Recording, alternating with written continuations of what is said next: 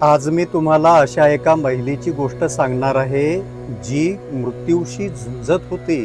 हॉस्पिटलमध्ये काही तासांमध्येच त्या महिलेला डॉक्टर मृत घोषित करणार होते आणि अचानक त्या ठिकाणी ती महिला त्या मृत्यूला हरवून बाहेर येते. त्या मृत्यूच्या दाढेतून वाचून स्वतःला बाहेर येते. हे कसं घडलं?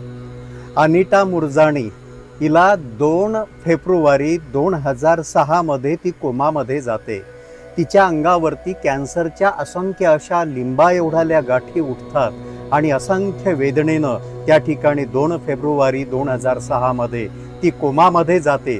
तिला वाचविण्यासाठी असंख्य प्रयत्न त्या ठिकाणी चालू असतात, परंतु चमत्कार असा घडतो की ती कोमामध्ये गेल्यानंतर स्वतःच्या शरीराच्या बाहेर ती येते आणि स्वतःच्या शरीराकडे बघत राहते. डॉक्टर आपल्या पतीसोबत खोलीबाहेर काय बोलताहेत हे तिला ऐकायला येतं. आपले वडील आणि आपली मित्रमंडळी काय आपल्याबद्दल बोलत आहेत याचे आवाज सुद्धा तिला ऐकायला यायला लागलेत. तिला जाणवलं की आपल्याला जो कॅन्सर झाला तो भीतीपोटी झाला.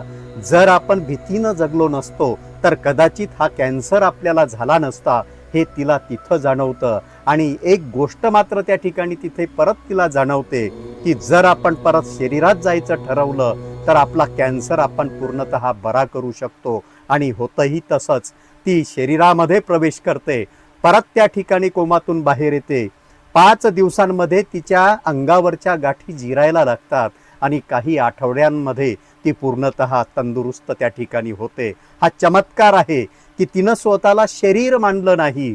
जर तुम्ही स्वतःला शरीर मानलं तर तुम्ही त्या शरीरासोबत ज्या वेदना आहेत, जी सुखदुःख आहेत, त्यालाच तुम्ही कवटाळत बसता आणि त्यामुळेच तुम्हाला असे विविध आजार व्हायला लागतात.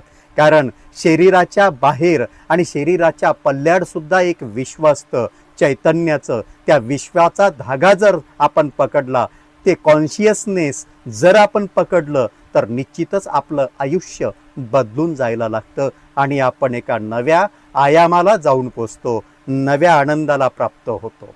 नमस्कार.